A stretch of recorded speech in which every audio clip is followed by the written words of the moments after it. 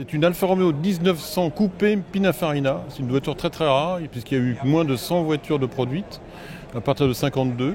Après, Touring a pris le relais avec des versions. Il y a 3 versions de Touring qui ont été beaucoup plus diffusées. Il y a même Zagato qui s'y est donné aussi.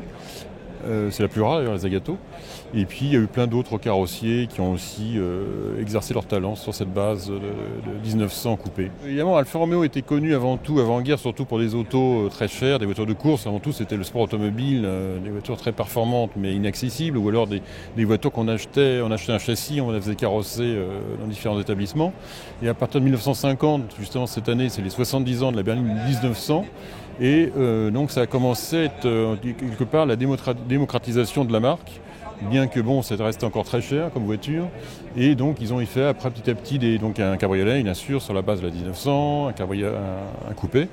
Et puis évidemment la Giulietta en 54, parallèlement à la 1900 qui était toujours produite, a réellement faire entrer la marque dans l'ère industrielle. Déjà, vous avez une carrosserie spécifique, c'est donc du Pininfarina. C'est une voiture donc très rare, je vous dis, moins de 100 voitures produites. Il n'y en a pas une pareille, parce qu'encore une fois, il y a des petits détails qui changent quand même d'une année à l'autre. Même globalement, si la forme est à peu près la même, il y a quand même beaucoup de détails qui changent.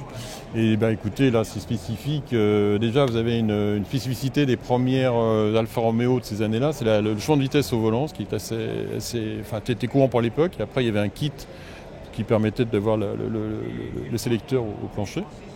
Mais c'est une voiture qui était très performante pour l'époque. Ça roulait déjà à 180 au début des années 50. Donc c'était exceptionnel. Techniquement, donc, c'est le fameux moteur Alfa Romeo, qui est un moteur donc 4 cylindres. Pour celle-ci, c'est donc une 4 cylindres. 1900, c'est la cylindrée. Double abracam en tête. Ce qui était très très nouveau pour l'époque quand même, bien qu'Alfa Romeo ait toujours fait des doublards abracam en tête depuis les origines 1910. 110 ans cette année d'ailleurs. Grosso modo, je vous dis, 180 km/h, il faut replacer ça au tout début des années 50, c'était exceptionnel, parce qu'il n'y avait que des Ferrari ou Jaguar, Aston Martin qui pouvaient proposer ce type de performance.